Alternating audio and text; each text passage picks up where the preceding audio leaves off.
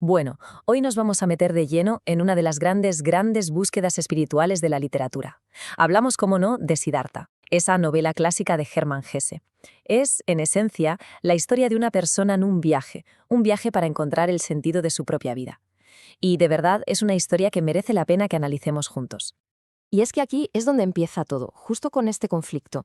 A ver, Siddhartha es el hijo de un brahman, o sea, un privilegiado, alguien admirado por todo el mundo. Se sabe de memoria todas las enseñanzas sagradas, domina los rituales, la meditación, vamos, que lo tiene todo.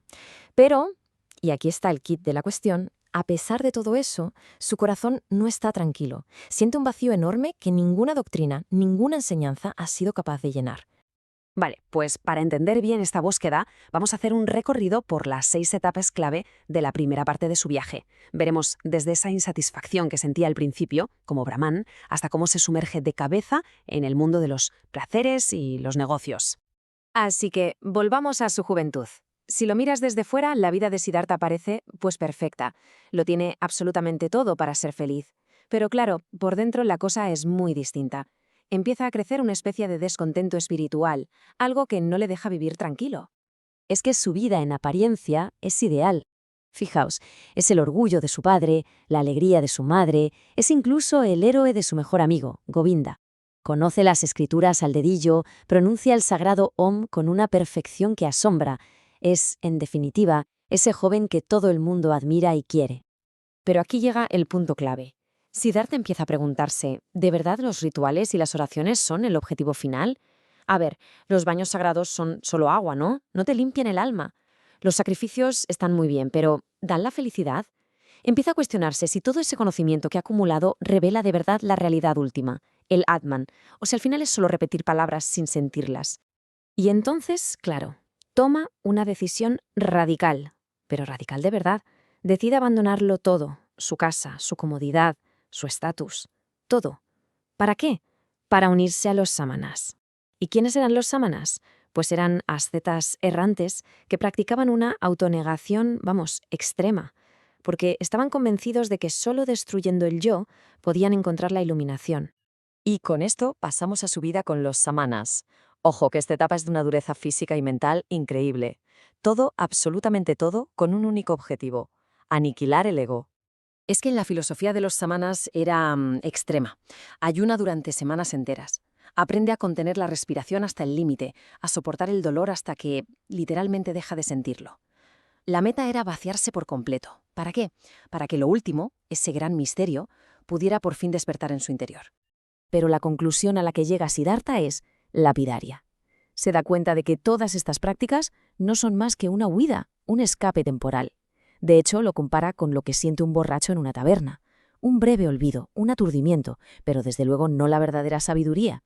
Y justo en ese momento de duda llega un rumor que lo va a cambiar todo.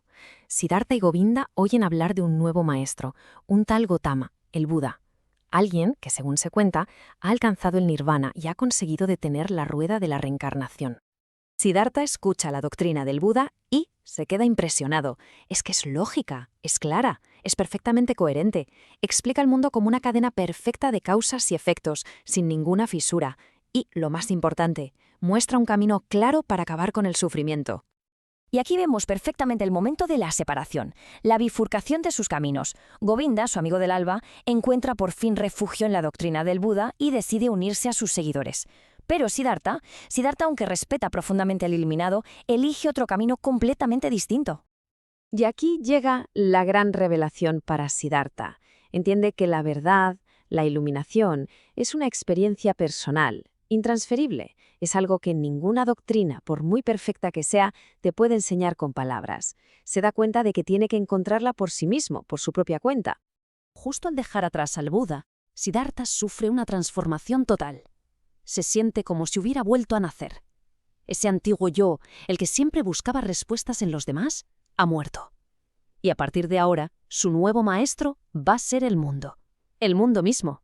Y es que, por primera vez en su vida, empieza a ver el mundo con otros ojos.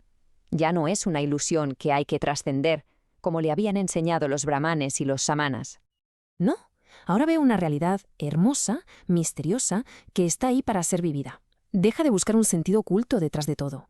Porque llega a una conclusión potentísima. El sentido no está detrás, está en las propias cosas. En el azul del cielo, en el fluir del río, en todo lo que le rodea. Esta frase es, sin duda, un punto de inflexión. Es el fin de su vida como buscador espiritual clásico y el comienzo de su viaje hacia el mundo material.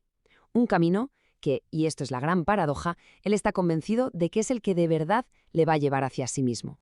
Y así es como llegamos a su entrada en la ciudad. Aquí, en medio del bullicio, busca aprender de la vida de una forma radicalmente nueva. Y lo hará a través de dos figuras clave, la famosa cortesana Kamala y el rico mercader Kamaswami. Podríamos decir que Siddhartha se apunta a un nuevo plan de estudios. Empieza a aprender todas esas artes mundanas que antes despreciaba por completo, el arte del placer sensual con Kamala y el juego del comercio con Kamaswami. Se sumerge de lleno en la vida de los que él llama, un poco por encima del hombro, los hombres niño. Cuando Kamala le pregunta, bueno, ¿y tú qué sabes hacer?, él responde con estas 3 habilidades que trae de su vida de asceta, y lo fascinante es ver cómo las aplica. Sé pensar, le dice, y eso le permite analizarlo todo con frialdad. Sé esperar, que le da una paciencia infinita para los negocios, y sé ayunar, lo que le libera del miedo más básico, el miedo al hambre. Y con estas 3 armas se mete en el juego del mundo sin que el juego se lo coma, o bueno, al menos eso parece al principio. Y con esto llegamos a la última etapa que vamos a ver hoy, el lento, casi imperceptible deterioro espiritual que sufre Siddhartha, después de años y años de vida mundana. Porque, con el paso de los años, el mundo lo acaba atrapando. Poco a poco ese desapego que había aprendido como sámana se va desvaneciendo, y en su lugar aparecen la ansiedad, el aburrimiento, el egoísmo de la gente rica. La alegría del juego se convierte en una carga pesadísima. Y lo peor de todo, lo más grave, es que esa voz interior que había sido su guía más fiable, se apaga, se queda en silencio. Y aquí lo tenemos que dejar por hoy, con un Siddhartha metido en una crisis existencial total. Se ha convertido ni más ni menos en todo aquello que una vez despreció y ha perdido por completo el contacto consigo mismo. Así que la pregunta que queda en el aire es enorme. Después de haberse perdido de esta manera, en el placer, en la riqueza, en el vacío, ¿es posible reencontrar el camino? ¿Se puede volver?